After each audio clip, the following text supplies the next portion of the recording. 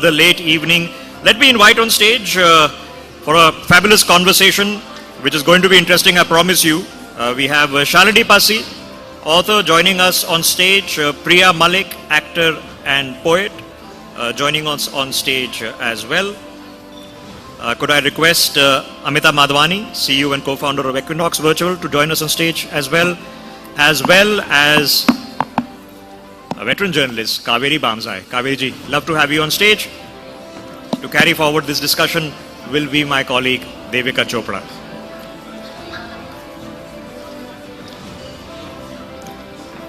Kaveri ji, if...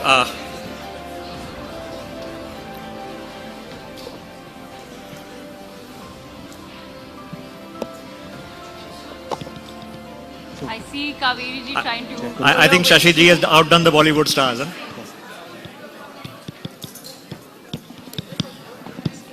Should I? You want to be here? Hi, so nice to meet you again. All right, thank you so much, everyone, for joining us for another very, very wonderful session.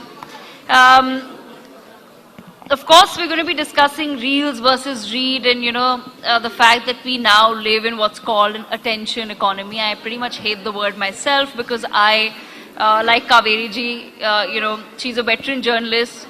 I've been in this profession now a decade. So we do come from a time where we preferred long form, we love to do our research, and you want to write that long piece, that really impactful long piece that people are used to read. But that's just not the case anymore. So we're going to go a little bit into that and how that impacts women as well. So Kaveri ji, let me begin this conversation with you. You're a veteran journalist and you've authored several books yourself. Over the past decade or so, how have you seen, or rather what change have you observed in the way people are now consuming content, as we call it, and also the representation of women in that content? One, I think the fact is that the word is still very powerful. You can see the kind of crowds Shashi Tharoor gathers. It's not just because he's a politician, but because he's a writer. And there is a huge respect for the mind and for the word still in India. It's just that the platforms may have changed. Even when you're making reels, when we saw the Gen Z protests, for instance, what struck us most were the slogans. They were so witty and they were so well crafted. And it was really all about the word again. You see people here, Priya, for instance, she is a writer, but it's in a different way. She's a spoken word and a poetry expert. So I think Shalini could have just continued to be a television star, a streaming star, but she chose to write a book as well, because I think the world expects, when you're in a position of power and celebrity especially, the world wants to know how you got there, how you did it, and I think that's why the book was so successful as well. So I think it's just a question of how the word has transformed, whether it's in a reel or whether it's in a slogan, whether it's in a poem, but it's still very powerful. And I think women have actually led this. You see newsrooms around India now, they're mostly led by women, or a majority of the middle management is also women. So I think we have done quite a bit. I think women can claim credit for that. We've done quite a bit in making sure that the word still is powerful. It's just that the way we consume it has changed. Right, absolutely. So that brings me then to you, Shalini, because that's a pertinent point there raised by Kaveri ji, right? That today a lot of people do have access to, say, a social media. You can be very popular on Instagram, on various other platforms, but there are still people who are choosing to put their thoughts to pen and paper. What made you take that plunge when you wrote your book? So after the success of Fabulous Lives, my DMs, I had lakhs of DMs, and I would often be awake at night, sending audios and sometimes copy pasting messages which were very long, because women would ask about the same question, maybe those same 10 questions would always be asked. and we spent months doing that. And then, of course, a couple of public, a Penguin got in touch, and so the whole process started. But the idea was, of course, so that I don't have to reply to all the DMs. And also, what I realized was when I started penning down how I did it or whatever that I did, it just made it more concrete. Because, sometimes we go on a path and we ourselves are not sure. And by actually analyzing my own behavior, what I was doing right, what I was doing wrong, what I was doing wrong also became a lesson. So it wasn't that everything that I was doing right was the good thing, but also what I was doing wrong is a step. So putting my ideas into a book was actually like it helped. It was almost like a self-help book for myself, and of course it has helped a lot of people. It's now a bestseller. So for me, the idea was basically to be able to pin down everything in simple words. And I think when you a book has that seriousness, it also has that credibility. And I'm not a writer, so the first thing I actually told them was my English is not like Dr. Thuru's and my vocabulary is very limited. So they obviously gave me a very good editor to sit on it and to clean up the language, which I think is fine. But let me bring Priya in on that, because Priya, is that then the beauty today? Of course, you are a writer and a poet yourself, and I'm sure that language really matters to you, the way you frame, your thoughts matter. When you read a good piece of writing, I'm sure it hits you a little bit differently compared to others out there, people who may not be fans of literature per se. But do you think that that's the beauty of the times that we're living in, that everyone does have access to a platform they can truly make their own, and through that reach out to so many more people? I agree. It's not about the proficiency of language anymore. It's not about knowing a language does not make you more intelligent, but having thoughts of your own and the ability to express them in a way that you deem fit is what matters more. I think we are living in an age, and Kaveri ji, you pointed it out beautifully, and so did you, Shalini ji, that it is the idea of a thought reaching from one person to the other. How it reaches is no longer the issue. I became a YouTube poet before I've become a poet on paper. My book is coming out now in the next couple of months. So I think the journey has been absolutely reverse in this day and age for us. It is the reel that comes first and the read that comes later. I think back in the day it was different. People would become authors and then they would come on screens. Now people come on screens and then we become authors, and I'm enjoying it. I'm enjoying this role reversal and how language and how different modalities express themselves now. But do you think that there's greater scrutiny as well? Because like I said, people may not be expecting perfect language or proficiency, as you mentioned yourself, but is there some sort of a greater pressure where you feel like, okay, I'm today being labeled as an actor, now I'm dabbling into some other interests. How will that be accepted? How will that be perceived? Do you feel that there's some sort of a pressure like that? Not anymore. I think your audience are your audience, regardless of how you're communicating with them. And I have seen that in my live shows. I have seen that in my offline life. I have seen that in my online YouTube comment history or Instagram DMs. I think it is no longer about that fear of perfection. And this generation, now we have all started talking about Gen Zs, and even like my generation, the millennials included. I think there is beauty in being accepted for who you are. Back when I was growing up, there was no woman reciting poetry on a mic and having that as her career. The only poets I ever saw growing up were poets on paper. And then you had Javed Sahab and you had Gulzar Sahab, who were lyricists. And I think the idea that spoken word today is being accepted as a full-time profession, to me that itself has been such a big victory. And it all has to do with this lack of perfection, the idea of lack of perfection. I've been at festivals like Rekhta. I'm not even an Urdu expert. But to be there and to represent Urdu and Hindi and Hindustani to a certain section of population who's enjoying कि एक कविता आ रही है, बीच में अंग्रेजी है, फिर हिंदी है, और बीच में एक उर्दू का बहुत प्यारा लफ्ज आ गया है. And this generation loves that. They don't need me to be an expert anymore, and I'm so thankful for that. Absolutely. Shalini, your thoughts on the same as well. Because Priya raised a very good point there, that there is a lack, there's an imperfection that people are now appreciating, right? And I think a lot of us are from that generation where there was a lot of pressure to look a certain way, to be very perfect.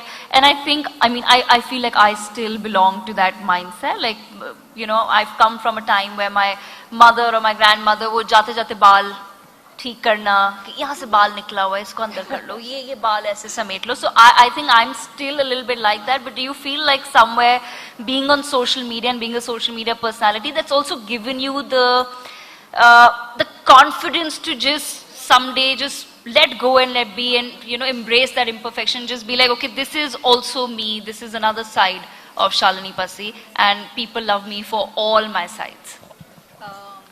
So growing up, I was a perfectionist because I used to.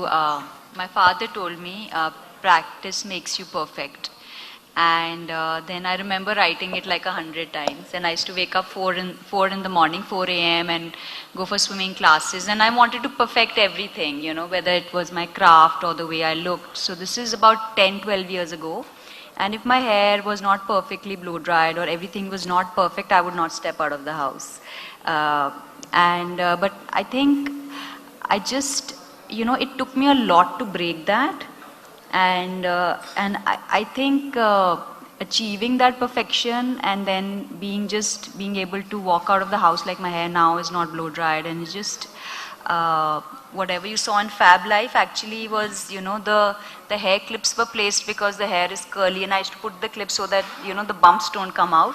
So it was all I've learned to sort of make the so-called imperfections the highlight. I mean, we are taught that silky hair is the perfect hair, but Indians, most of us have very curly hair, and that's not how it is.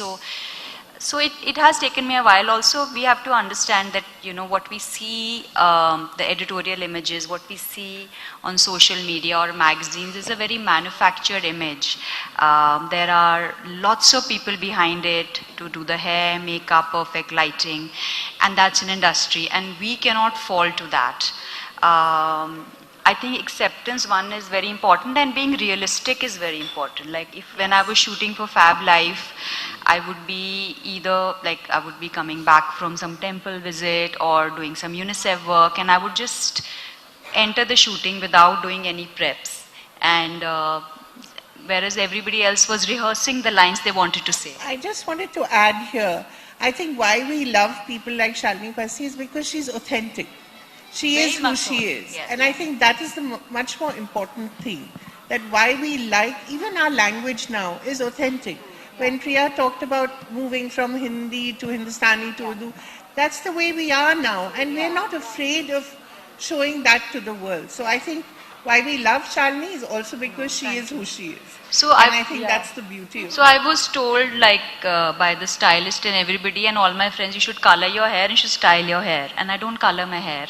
And so I was told a lot of things like don't wear certain kind of prints. I said I'm from Delhi, I love prints. And I'm a maximalist. I said I'm from Delhi, I will wear rings also, I'll wear a jhumka also, and I'll wear hair clips also. So I said that, so I said, this is who I am. I'm not going to, do something to myself just because I'm going to be on camera. I'm going to look like myself. I'm going to have very dark hair, and you just have to live with it. So. And like Kaveri, So do you. You're also a beautiful girl from Delhi, and your hair is so dark. So thank you so much. Yes, Delhi. Have a round of applause for Delhi girls. Yeah, round of applause for Delhi girls. And of course, as Kaveri said. Sorry, you're a Bombay girl, so. I'm a total Bombay. Born in Bombay. Imagine me going to Bombay with the Bombay media. Bombay. Imagine.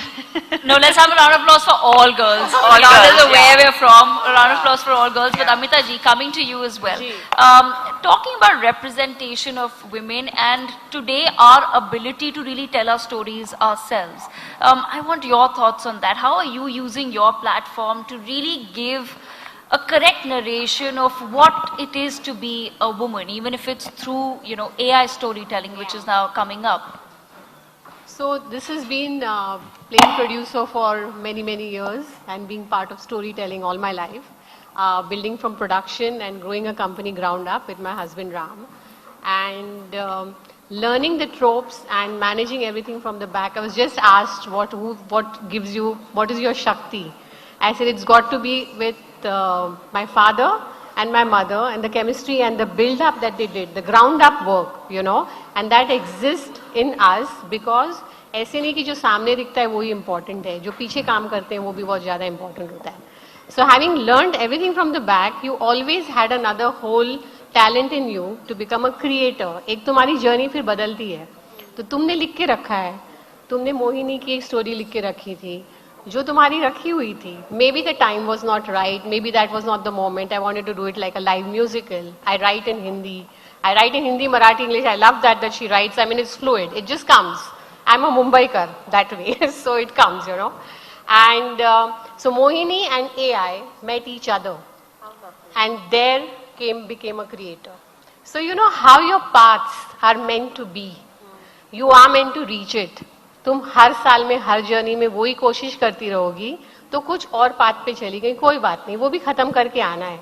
So I've come back to becoming a creator. It's a very different side of me which has come out. So we are moving the musical and we said the best way to use AI is use it, go tell a story. We are storytellers. हम और क्या करेंगे, है ना? हम लोग हर format में कहानियाँ बताते हैं. So Mohini is an AI musical. She's a 25-year-old, as young as AI is. And I said the best way to learn it is give her soul. Give her things that a normal 25-year-old would want. Give her obstacle, give her a story. That's what the stories matter. They connect. Absolutely. So you get a feeling when you watch it. It's on Insta series currently. And it's a छोटे platform पे बड़ा धमाका. We are entertainment industry. हम लोग तो हैं. So उसमें गाने भी हैं, गाना भी है, music भी है, dance भी करती है. There is a soul journey. There's everything that youth feels today. The character happens to be a woman, but the youth feels this. We have felt this.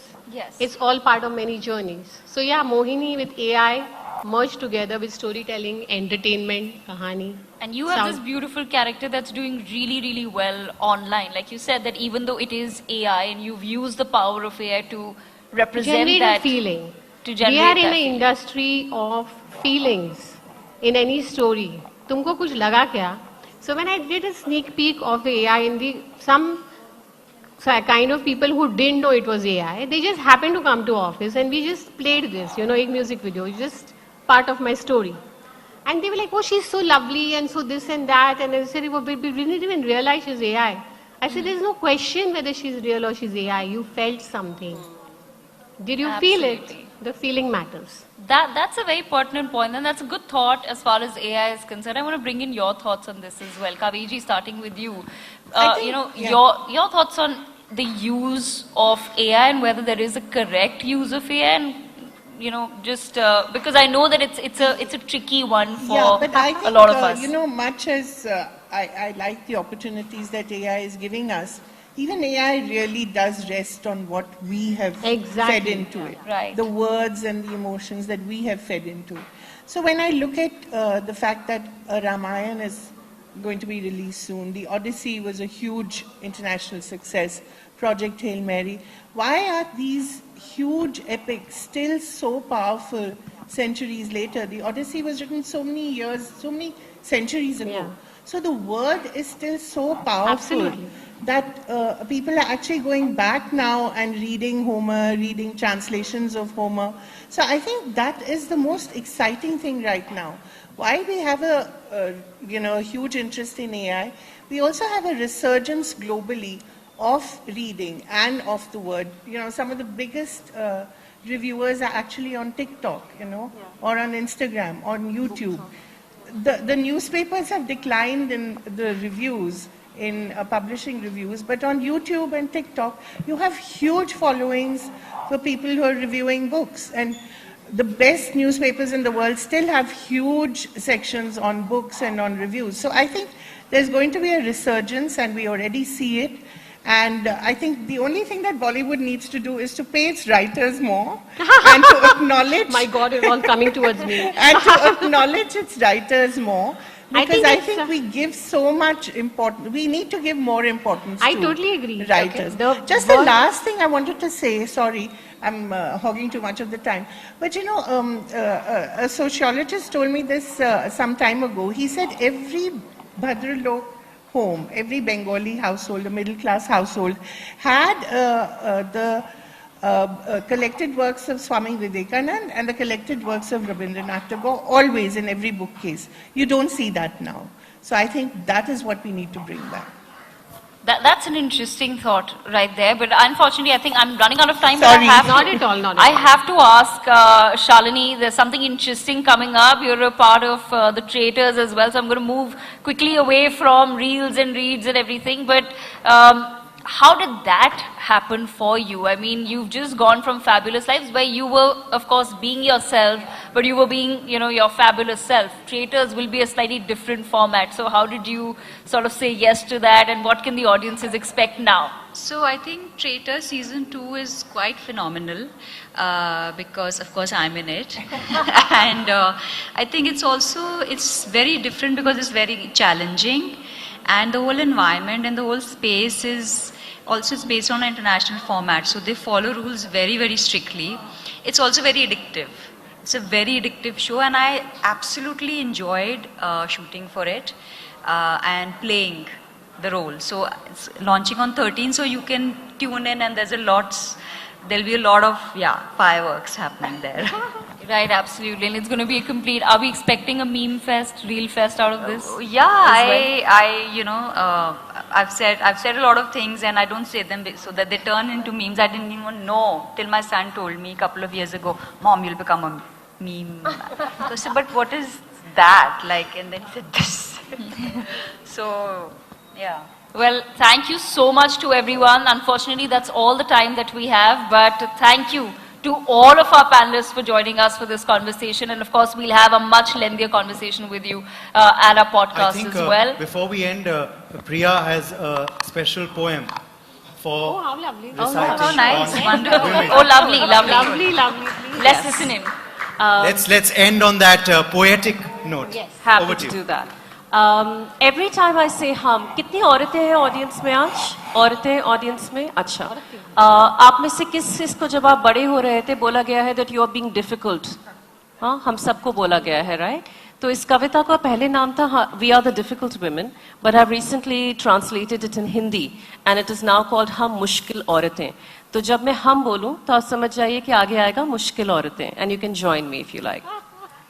हम मुश्किल औरतें जो बेबाकी से जीती हैं, अपने गुस्से को चुपचाप नहीं पीती हैं, ना कहना अपने आप सीख लेती हैं, दुनिया के कदमों में नहीं दुनिया को अपने कदमों में रखती हैं, हम मुश्किल औरतें जो किसी और को प्रेम करने से पहले खुद को टटोलती हैं, अपनी खूबियां अपनी खामियां तराजू में खुद तोलती हैं, बेफिक्री को अपने बाजू में रखती हैं, जैसे तेज हवाओं से अल्हड़ लहरें बहती हैं, सजती हैं खुद के लिए, संवारती हैं खुद का जीवन, हमसे कभी मिलोगे तो बिना तारुफ के पहचान लोगे हमको, क्योंकि हम हैं मुश्किल औरतें. हाँ, मुश्किल है हमें समझना, मुश्किल है हमें समझना अगर तुम कोशिश ना करो, मुश्किल है हमसे बात करना अगर तुम सिर्फ अपनी बात करो, मुश्किल है हमारे साथ रहना अगर तुम हमारे वजूद से डरो, लेकिन सबसे ज्यादा मुश्किल है हमारी जिंदगी मुश्किल करना, चाहे तुम कुछ भी करो. हम मुश्किल औरतें, हम मुश्किल औरतें. बहुत शुक्रिया. Thank you so much for those wonderful, wonderful words. I could not have concluded this session better myself. Thank you so much once again to all the wonderful women for joining